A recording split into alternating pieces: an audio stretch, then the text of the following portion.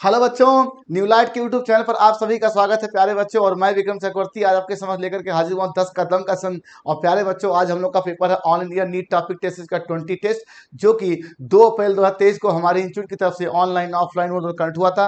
Paper काफी बढ़िया था, आप सभी ने बढ़ सके हिस्सा लिया, इसलिए आपको सभी को विशेष धन्यवाद। और सबसे पहले पेपर को डिस्कस करने और अपने सीनियर साथियों को विशेष धन्यवाद देना चाहूंगा जिन्होंने पेपर का बखूबी एक्सप्लेन किया है। Doctor Shailendra sir, doctor Manish sir, जो कि मेरे सीनियर फैकल्टी बहुत कुछ सिखाते हैं मुझे, तो उन्हीं की सीख से ही पेपर का मैंने निर्माण किया, इसके लिए उनको विशेष धन्यवाद। और पढ़ने का अधिकार सभी को, डॉक्टर बनने का अधिकार, ये आप देख रहे हैं। इसके बाद ये रहा आपके सामने 10 का दम का लोगो, और आप वो देख सकते, हो सकता है भविष्य में आप वही होंगे। और इसके बाद ये वो दिमाग है जिसके आपके दिमाग बहुत सी चीज़ें चलती है, अरे नीट में क्या होगा क्या, ये जो चल रहा है ना, ये वही चीज़ है। अगला, अब देखिए सबसे पहला सवाल आपकी आंखों के सामने ये रहा कि ब्रॉडली आर्गुमेंट फॉर कंजर्विंग। आपकी किताब में जब आप बायोडाइवर्सिटी को कंजर्व करने की बात कर रहे थे सर, बायोडाइवर्सिटी, उसके 3 एस्पेक्ट बताए गए थे। एक नैरोली यूटिलिटेरियन, ब्रॉडली, और एक था इथिकल। ठीक, नैरोली का सीधा संबंध है भाई इकोनॉमिक इंपॉर्टेंस से, इकोनॉमिक अप्रोच। ठीक, और ये था कि डायरेक्ट नहीं, इनडायरेक्ट वैल्यू, मतलब प्राइसलेस, जिनका कोई प्राइस ना हो उसको बचाने के लिए हम सोचें। और इथिकल था हमारे मॉरल वैल्यूज। आज सबसे पहले इथिकल की ही बात कर लेंगे सर जी। इथिकल इश्यूज ये हैं कि हम इस दुनिया में बनाया गया हर जीव, चाहे छोटा हो चाहे बड़ा हो, जो आंखों से दिख रहा है, जो चल रहा है, दौड़ रहा है, हर एक चीज ईश्वर की बनाई क्रिएचर है। और ईश्वर की बनाई क्रिएचर को हमें डिस्टर्ब करने का कोई अधिकार नहीं है। ईश्वर के लिए सभी बच्चे उसके एक समान है, चाहे उससे हमें डायरेक्ट फायदा हो या इनडायरेक्ट फायदा हो। ये इथिकल इशू है। और ब्रॉड का मतलब ये है कि जिसके प्राइस हम नहीं लगा सकते हैं। आप अपने आसपास देखिए कि एक हॉस्पिटल में एक दिन के ऑक्सीजन का चार्ज कितना है। कभी सोचते हैं कि एक दिन के एक बेड का केवल चार्ज कितना है। और इस पूरी सृष्टि में पेड़ 24/7 आपको ऑक्सीजन दे रहा है, करोड़ों लोगों को दे रहा है। उसकी जरा प्राइस जोड़िए, मतलब ये ऐसी चीजें हैं ब्रॉडली में जिसका प्राइस आप नहीं लगा सकते डायरेक्टली। और ऐसी चीज को करने के लिए रॉबर्ट कॉस्टंजा एक साइंटिस्ट है जिन्होंने नेचर सर्विसेज का लगाया था, जो कि दुनिया की जीडीपी के से भी कहीं ज़्यादा था। उसका डेटा आपको पता ही है। ठीक, अब कहते हैं कि अगर प्लांट पॉलिनेटर आपस में इंटरेक्ट ना करें तो फ्रूट और सीड नहीं बनेगा। फ्रूट सीड नहीं बनेगा तो आने वाली जनरेशन ही रुक जाएगी। और फ्रूट सीड रुकेगा तो नया पेड़ नहीं आएगा, नया पेड़ नहीं आएगा तो लकड़ी कैसे आएगी, फल कैसे आएगा, मेडिसिन कैसे आएगा।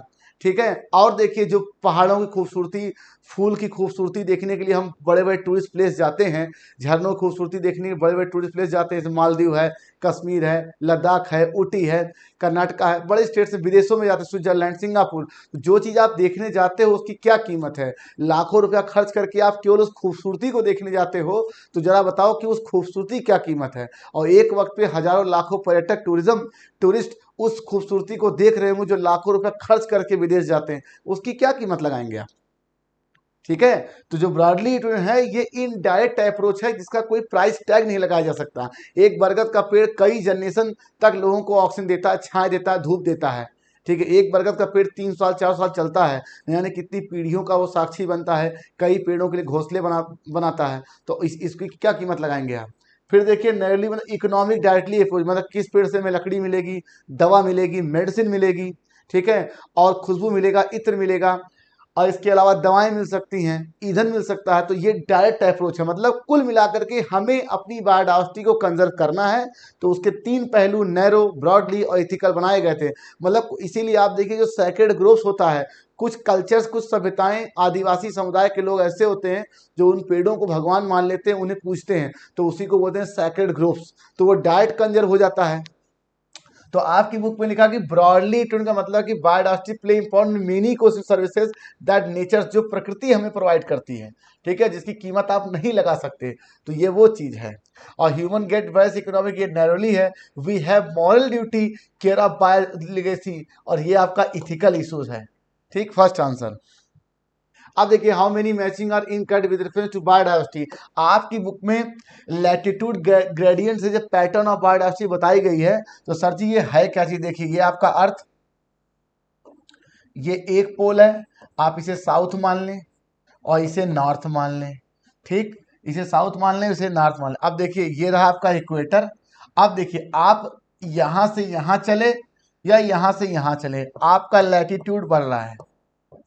क्या बढ़ रहा है? लैटिट्यूड बढ़ रहा है। और ऊपर यहां से यहां चले और यहां से, तो फिर लैटिट्यूड घट रहा है। अब ग्रेडियंट का टर्म इसमें आया है, आपकी बुक में लिखा है। तो सर जी पहले ग्रेडियंट समझ लेते क्या है। आप किन्हीं दो पॉइंटों को अंडर कंसीडर करें और विथ रिस्पेक्ट टू डिस्टेंस वो चीज वेरी करनी चाहिए।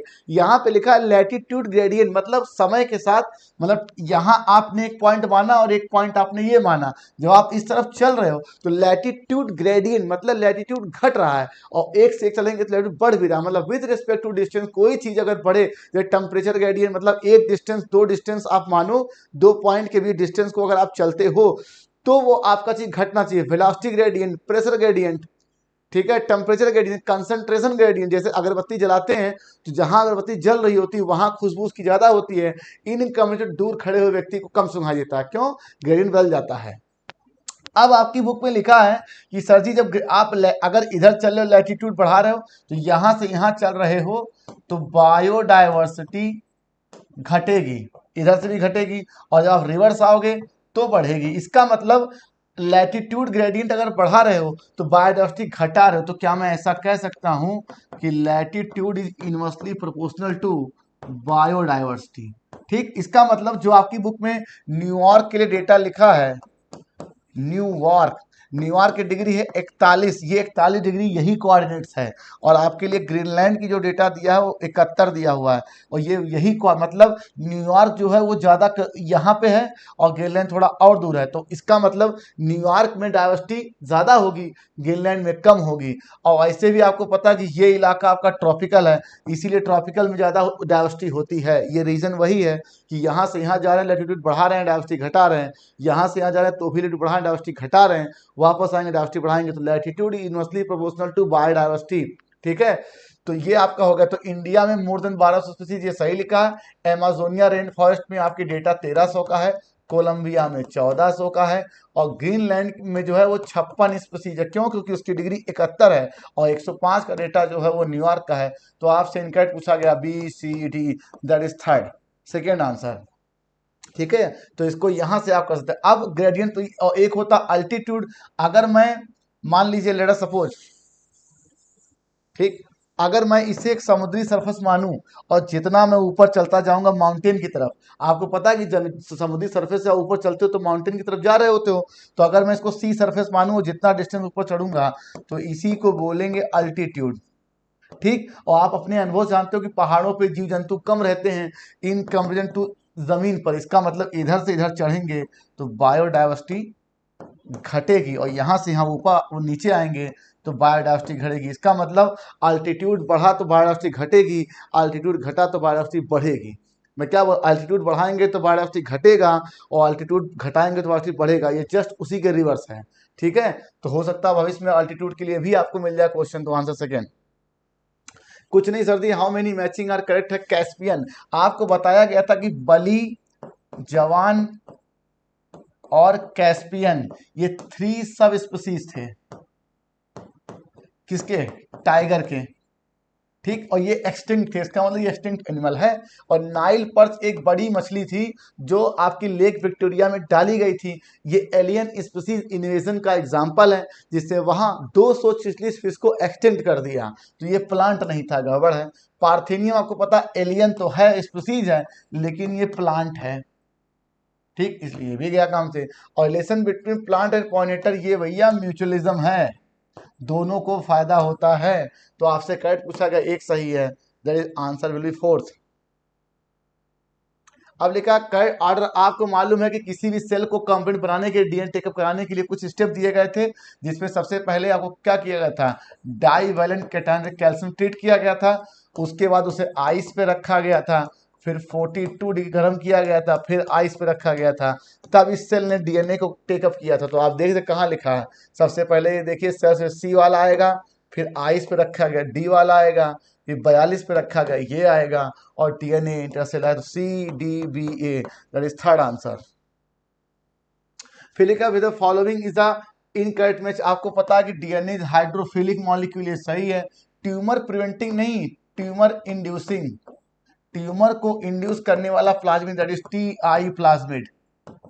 ये आपकी बुक में लिखा हुआ है टी आई प्लाज्मिड, तो ये इंड्यूसिंग है, तो ये गड़बड़ है। और रेट्रोवायरस भी एक वेक्टर की तरह इस्तेमाल होता है। Insertional inactivation beta galactosidase. अब सर ये इंसर्शनल इनएक्टिवेशन क्या है ये आप जानिए। आपको मालूम है कि एक बैक्टीरिया के अंदर सपोज दैट ये आपको बीटा गैलेक्टोसाइडेज बनाने वाली जीन है, बीटा गैलेक्टोसाइडेज जीन। अब अगर हमने इसमें इसमें एक एलियन डीएनए लाके इंट्रोड्यूस कर दिया तो अब सिचुएशन क्या बनेगी सर?